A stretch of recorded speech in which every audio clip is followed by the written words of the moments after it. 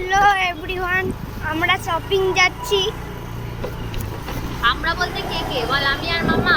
আমি আর মাম্মাম শপিং যাচ্ছি। পাপুইয়া তো বাড়িতে নেই, তাই জন্য আমি আর মাম্মামি শপিং এ যাচ্ছি।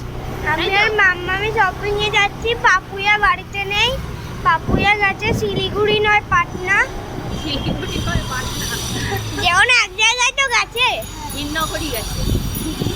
বল ভিন্নগরী। ভিন্নগরী না ভিন্নগরী? ভিন্নগরী।